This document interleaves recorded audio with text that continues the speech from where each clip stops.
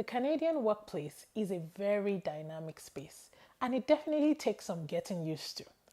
In today's video, I'm going to be letting you in on a few things that you need to take note of as a newbie in the Canadian workplace. You know how we do it. Let's roll.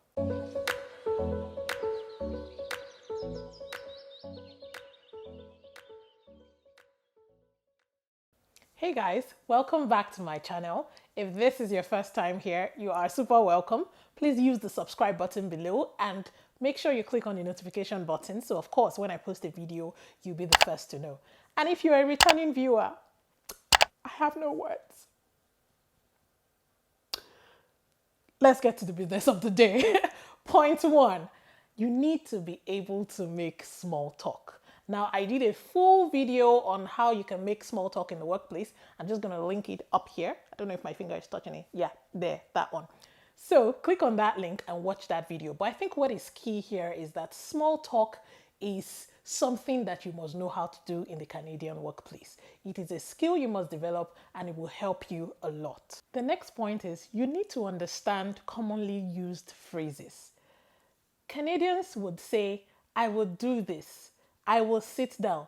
When they say things like that, they don't mean they will do it. They don't mean they will sit down. They mean you should do it and you should sit down. And this thing can be quite confusing, especially if you are a newbie. Trust me, it has happened to the best of us, including myself. I had my own fair share. I recall in my first few weeks when I joined in my first job, now there was an email trail where myself and my manager were copied in. And the next action was to follow up with someone, a senior executive. So naturally, I thought, okay, typically, maybe it won't be me that would have to follow up. So my manager sends me a private email, in response to that mail trail. And then she says, I would follow up with, let's give the exec's name as Victoria. I would follow up with Victoria. And that was her mail. So of course, we do our check-ins like weekly. So the next week, here I was, because of course I thought she was going to follow up, right? So of course, one of the items on my list was I wanted to know what the status was just to take it off, just to close out on everything. And then I go, so I just wanted to check if you were able to follow up with Victoria on this. And she was like, oh no, I actually meant you would follow up.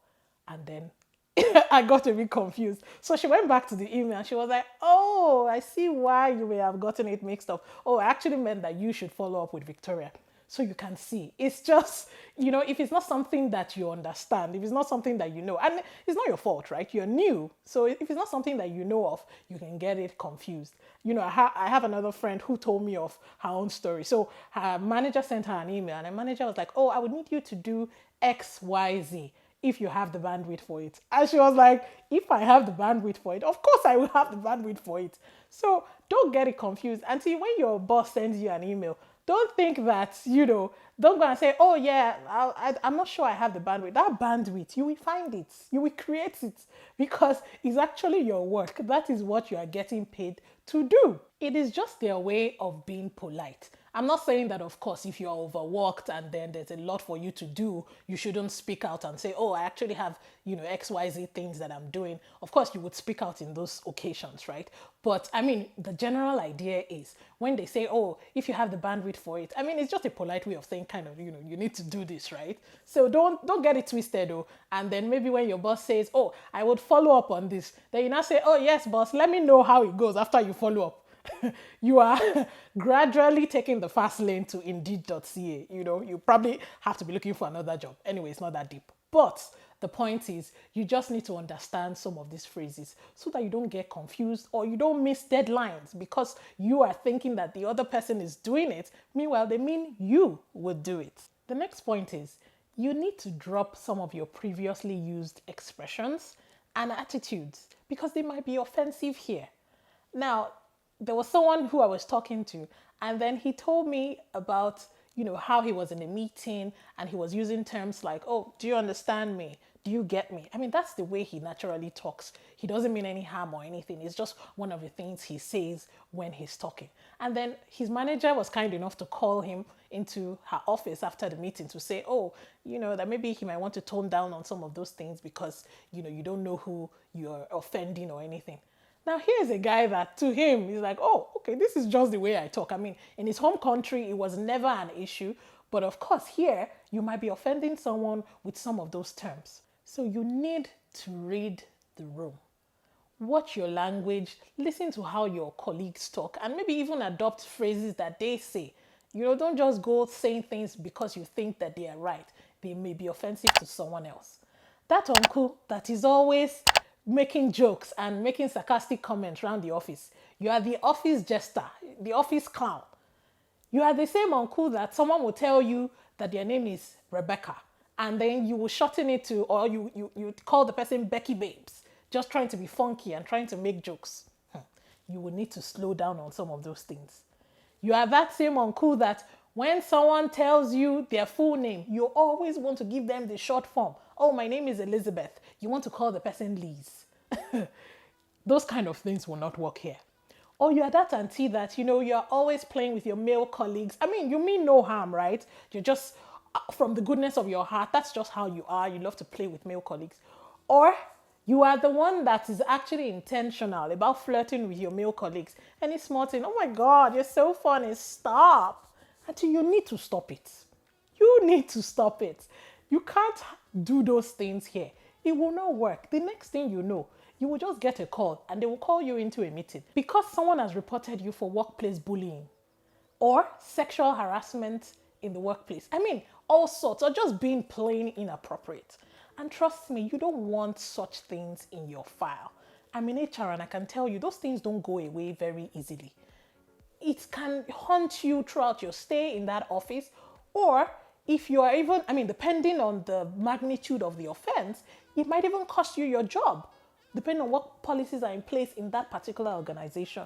So I think the bottom line is you need to be able to read the room, watch your colleagues, see how they communicate, and also, try to follow suit. Now, I'm not saying that you need to now become all stiff or just lose yourself completely. All I'm saying is that you need to be able to watch your environment, study your environment before you start to act, so that you will not be offending someone, you thinking that you're doing the right thing. Meanwhile, someone is getting offended wherever they are. So please, like I said earlier, read the room. The next point is you need to understand the email etiquette of the organization that you work for. This varies from organization to organization. When you're copied in an email, make sure you read the entire mail trail. I did it when I joined the company I work for. I would read mail trails because I want to see the sort of language that they use here. I want to see, the etiquette. I want to see how they respond to emails. Try and read all the emails that you're copied in. It is a very helpful tip. Now, if in the organization you work for, they use hi this, hi Faith, hello Faith, don't go there and now be using dear Mr. Julius or dear Mrs. Elizabeth. You need to just understand how it works. Like I said, this varies from organization to organization. So you just need to know how it works in that particular company. Use phrases that they use. In my home country, in Nigeria, when I used to work, if I want a report from someone, I could easily say, oh, please send a report by EOD today.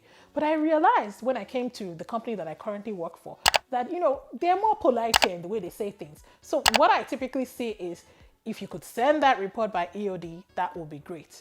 You can see the difference. They are saying the same thing, right? But it's just the tone and the undertone behind the emails. It's just about being polite. And that is how, that is how Canadians generally are. Don't come there and now be using, oh, kindly this, kindly that. I'm not saying that they don't use the word kindly, but I'm just saying that you need to know if they actually use it in the sense that you are using it. Because you don't want your emails to read as though you're ordering someone around or telling someone what to do.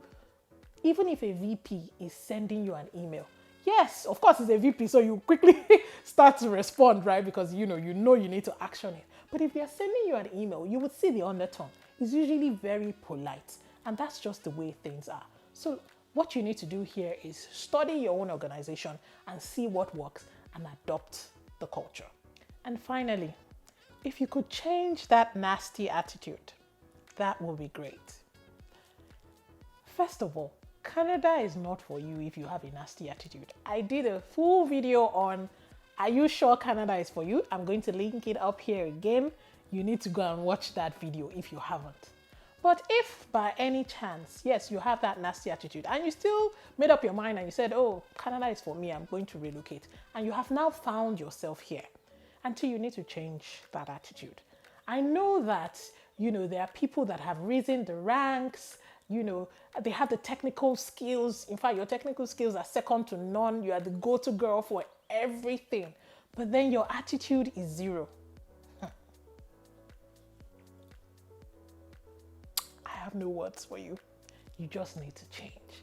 That uncle that is always ordering people around, you are the person that you have one of the office assistants that grabs your tea in the morning.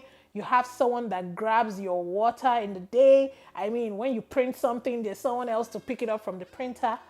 You might need to take a chill pill on some of those things, because people grab their coffee themselves. Nobody has to be ordering anybody around, except in special circumstances, right? But for the most part, people do their things themselves. So you might need to pipe down on some of those things.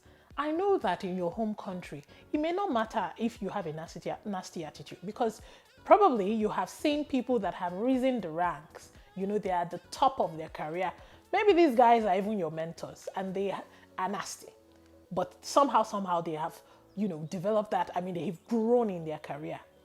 The truth is, it's not going to work here.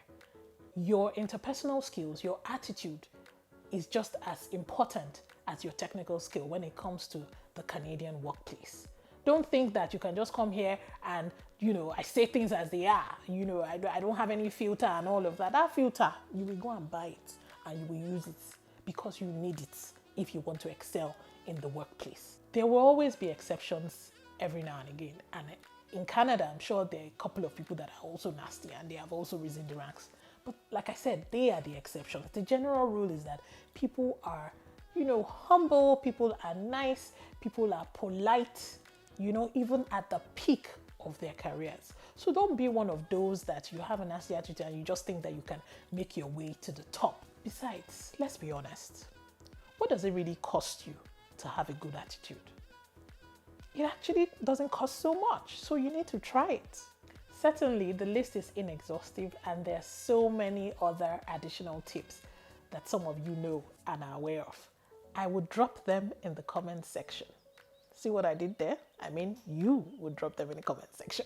But let's drop them in the comment section so that we can help other people, right? Now, to conclude, my advice is when you get into a new workspace, you need to study the environment. Be patient, take your time. Don't rush before you start showing yourself. Understand the culture and understand how things work in that particular workplace. Because I know this is not a religious organization where they say, come as you are. But then even if you come as you are, uncle, you don't need to stay as you are. That is why there's room for improvement. You need to improve. You need to develop yourself, work on yourself.